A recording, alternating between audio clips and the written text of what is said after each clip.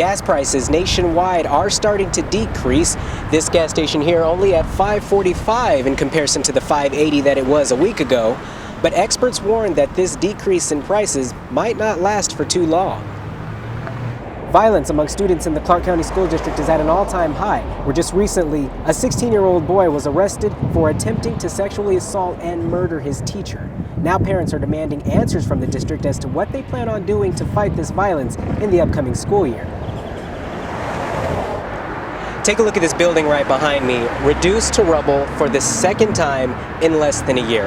Originally, fire investigators believed that the fire was started by squatters in the area, but now eyebrows are being raised with the question, was this potentially an inside job?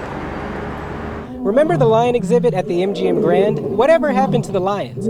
They're here being pampered at the lion habitat along with some other amazing friends.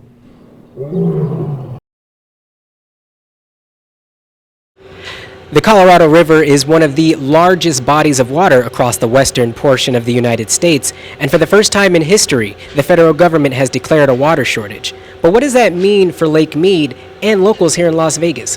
Here's what you need to know about the drought and what you can do to help conserve water.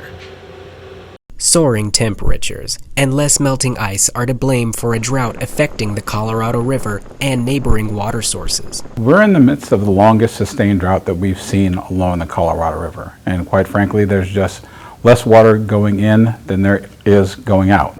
Since the late 1990s, Lake Mead has had a significant drop in water levels, leading to a decline in how much water the state of Nevada receives overall. What it will mean for Nevada is actually, frankly, that we'll have less extra water. Our allocation, our legal entitlement will be reduced from 300,000 to 279,000 acre feet in 2022. So what is meant by the phrase extra water?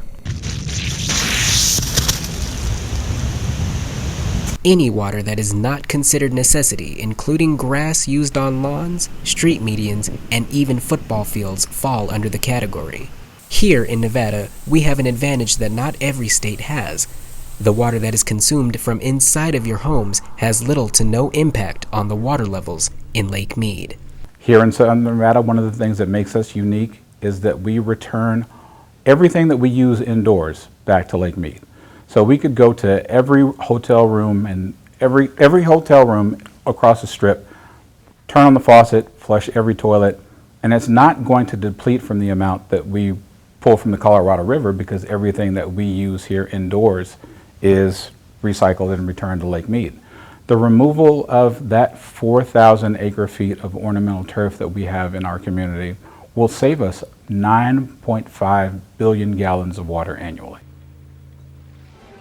If you've taken a trip to your local grocery store recently, you may have noticed shelves are looking a bit light. Nearly 2 years since the start of the COVID-19 pandemic, stores are now seeing an increased demand to keep shelves stocked. On your last trip to the grocery store, what did you notice?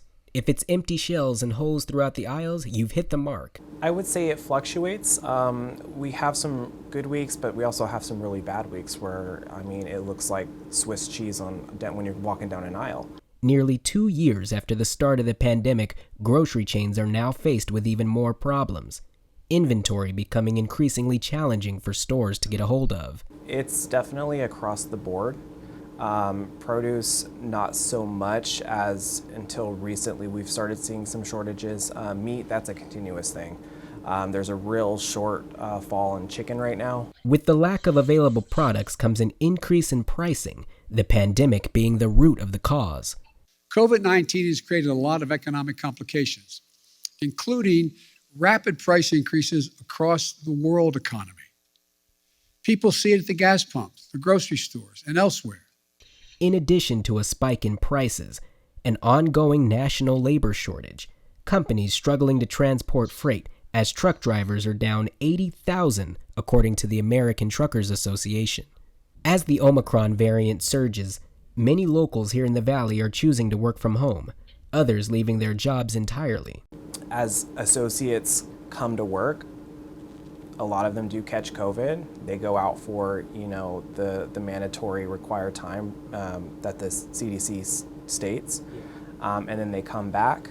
I've had associates not come back. Leaving managers like Corey in a bind as inventory fluctuates demand and customer foot traffic increases.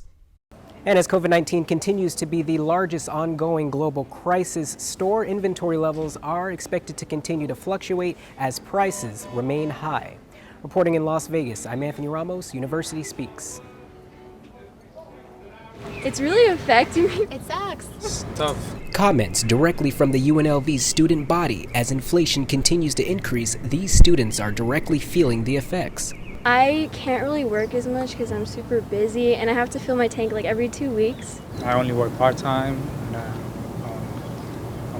I'm double majoring, so I'm always conflicting between like, okay, now that the gas prices are increasing, I want to work as much.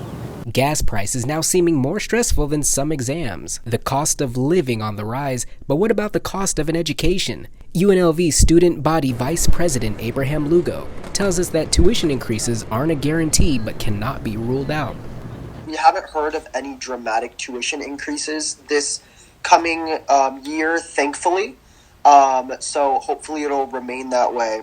The concern now, allocating funding to different areas on campus as needed to ensure a balance. By creating this sort of fund for students, there would also be funds taken away from smaller pools. We need to be very intentional with how we go about offsetting these costs, making sure that if we're trying to help everybody, we're not hurting other communities in the process as well. With the stress of having to pay more to live and keep up with grades comes the concern of students' mental health.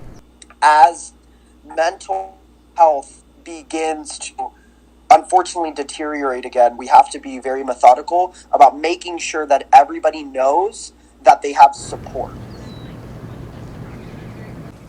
Peace, love, and unity. That's the message now flowing through the airwaves of Las Vegas Friday nights, along with some brand new talent. The main goal is exactly what hip hop stands for: peace, love, unity, having fun, bringing everybody together, and preserving the name of hip hop. Hip hop has evolved tremendously throughout the years to what it is today, but so is Las Vegas and the talent that this city has to offer. We went on to make sure we showcase Vegas hip hop, because Vegas hip hop often gets overlooked. People think that there's no talent or no culture here, and we're bringing that to the world just to let them know, like, look, this is the next hot place, like the new Atlanta. The Fifth Element aims at creating a safe space for new artists to shine. Recording is streamed live with the hosts and artists sitting together, having open-ended discussions centered on a variety of topics, all while keeping the atmosphere lighthearted and fun. It creates an organic conversation. A scripted conversation is fine, but when a conversation is organic, there are things that would be discussed that may not normally be discussed. So we can get to the root of a person's feeling, and we've actually had really deep, meaningful conversations based upon the way that we decide to have our conversations that way. Artists are invited on a weekly basis to the Fifth Element's studio location to be showcased. But before they become the next big Snoop D-O-double-G or Jay-Z, they must first pass a certified bar test. You come up there and we say you certified on the bar test, that means your bars were up to stock, And that doesn't just go for rappers. That goes for anybody, like a artist that comes up and you say he paints and we like him, you certify. The Fifth Element continues to grow in popularity, hoping to become one of the premier podcasts in Las Vegas, featuring artists growing in both popularity and wholesomeness. Man, it honestly means everything. It's such an honor, to see that there are other people in the city that care about what you do. It motivates me to keep going every day because I feel like I'm doing something that makes my city proud. So it motivates me. And it's also more exposure, even though it's still all Vegas, you always know someone that knows someone. And, it benefits us all when we work together. As of 2015, 69.2% of U.S. high school graduates attend college. 2/3 of those students use financial aid. Many students across America use FAFSA as a way to help them with their tuition. FAFSA is based off of expected family contributions, so how much does the student's parent make? How much does the student make? Some students feel that it should be based off of their GPA. I spoke with many students around UNLV who say it could be based off of both. I feel like it should be both in some aspects. The GPA aspect of if the kid's smart or if the person is still willing to try, but the contribution is if the kid has like an average GPA but he's still willing to put in the effort and the parents or him have the sufficient funds to be able to go into college and still try to get that scholarship. FAFSA, or Free Application for Federal Student Aid, by definition, is a form filled out by college or graduate students who are eligible for government-sponsored financial aid. So what is the difference between FAFSA and a scholarship?